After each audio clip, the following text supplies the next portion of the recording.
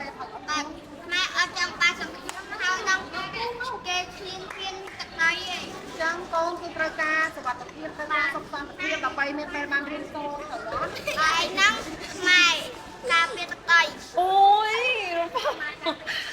ឥឡូវឈប់កូននិយាយទៅច្រើនឥឡូវនៅតែបន្តិចទៀតឯងកូនហៅទៅឈ្មោះទៅគេបានកដោហ្មងគេឈ្មោះអីឥឡូវនិយាយមកឥឡូវជួបហ្វេនប៉ិតឲ្យបងប្អូនទាំងអស់គ្នាចាំស្ដាប់មើលហ្វេនគេស្គាល់ឈ្មោះអត់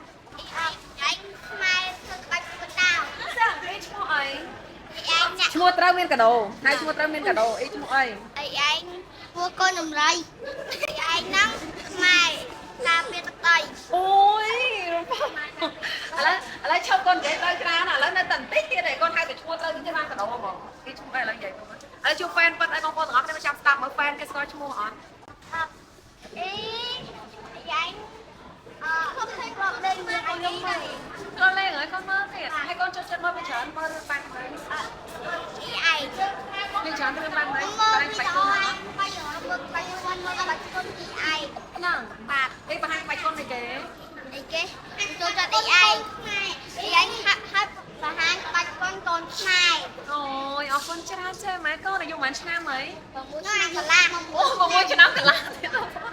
អូយខ្ញុំថ្ងៃនេះខ្ញុំចាញ់ក្មេងបណ្ដោយនិយាយទៅដាក់មួយម៉ាត់ទៅមកវិញ10ម៉ាត់ណា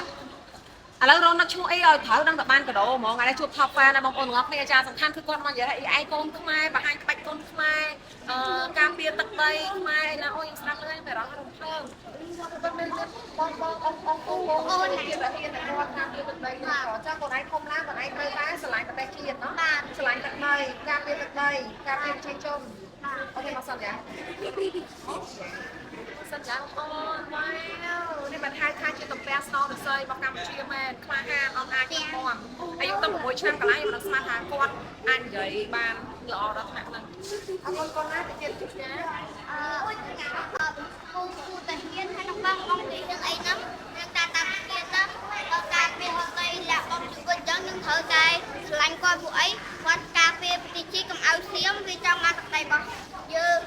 មួយអរគុណទៅហើយកូនមិនចេះម៉ែមើលស្អាតណាស់កូនមិនចេះនិយាយណាបាទតែគេដល់សារហើយវាចង់បានទឹកដីខ្មែរម៉ែអត់ចង់បានទឹកដីវាទេទឹកដីវាធំទឹកដីខ្មែរទួចទេចាំម៉ែថាខ្មែរគឺត្រូវការប្រសំភាពយើងអត់ចង់មានសង្គ្រាមទេថតអត់បាទខ្មែរអត់ចង់បានសង្គ្រាមហើយនឹងគេឈ្លានពានទឹកដីឯងចឹងកូនគឺត្រូវការសុខភាពត្រូវការសុខភាពដើម្បីមានពេលបានរៀនសូត្រទៅណាតែគេនឹងពេលទៅនោះពេលខ្ញុំទៅរៀនខ្ញុំខំប្រឹងរៀនដើម្បីឲ្យរៀនខ្មែរយើងនឹងមានកម្លាំងបាញ់សៀមឲ្យបានតែចង់អូនមីងបងប្អូនទាំងអស់គ្នាកូនមានអីផ្ដាំទៅប្រទេសសៀមអត់ថាយើងអត់ត្រូវការសង្គ្រាមទេណាការសុខភាពកូននិយាយមកកូនចង់និយាយអីកូននិយាយមកទាំងអស់គ្នាខ្ញុំចង់បានខ្មែរចង់បានសន្តិភាពហើយនឹងអត់មានបណ្ណាឈ្លានអត់ចង់ឲ្យថៃឈ្លានពានទេគឺគាត់ចង់បានឲ្យតុងជាទាំងអស់ស្រឡាញ់គាត់អរគុណចេះណាកូនណាចោះផ្ដាំផ្ញើទៅដល់ថ្នាក់ដឹកនាំក៏ដូចជាអ៊ំពូបងខាងកងកម្លាំងដែលពេលនេះកំពុងតែឈរនៅព្រំដែនដើម្បីការពារព្រំដែនទឹកដីរបស់យើងខ្ញុំដឹងថាឲ្យសៀមនឹងឈប់បានហើយនឹងឲ្យបើវាអត់ឈប់ទេឲ្យខ្មែរបានរងហើយឲ្យត្រូវវាឲ្យងាប់ទាំងអស់អរគុណណាសម្រាប់ទឹកចិត្តអូនពូមីបងប្អូនទាំងអស់គ្នាខ្ញុំមិនដឹងស្មានចៃដន្យទេថ្ងៃនេះខ្ញុំមកកម្មវិធីខ្ញុំទៅសនឆាកដើម្បីខ្ញុំសម្ដែងក្បាច់គុននៅថ្ងៃស្អែកហើយបងអូនគាត់មកនិយាយខ្ញុំមានមោទនភាពខ្លាំងមែនតើខ្ញុំមិនដឹងស្មានថាខ្ញុំអាចនិយាយបានថាគាត់ថយខ្ញុំរំភើបឡើងខ្ញុំអួតដល់កឡើងខ្ញុំនិយាយអត់ចង់ចាញ់ទេចាអញ្ចឹងផ្ដាំទៅប្រទេស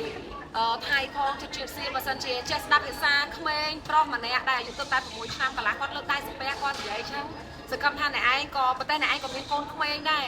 ចាគាត់ត្រូវយល់ថាកូនក្មេងគឺគាត់ត្រូវការសុវត្ថិភាពគាត់ត្រូវការសន្តិភាពហើយប្រទេសកម្ពុជាមិនត្រូវការជំនួសមិនត្រូវការសង្គ្រាមទេរឹតតែមិនចង់ឲ្យអ្នកណាមកបំពេញទឹកដីខ្លួនប៉ុន្តែបើសិនជាជនជាតិសៀមយុជនថៃនៅតែឈ្លានពានបន្តចង់បានទឹកដីកម្ពុជាយើងក៏មិនខ្លាចក្នុងការពើងទ្រូងចាដើម្បីការពារនៅទឹកដីរបស់ប្រជាជនខ្មែរយើងដែរណាកូនណាចាគេក៏ខ្មែរចង់បានសន្តិភាពអង្គរវត្តដល់ខ្មែរប្រាសាទដល់ខ្មែរសន្តិភាពរបស់ថៃសាស្ត្រវិទ្យារបស់ខ្មែរហើយខ្មែរចង់បានសន្តិភាពអត់ចង់ឲ្យ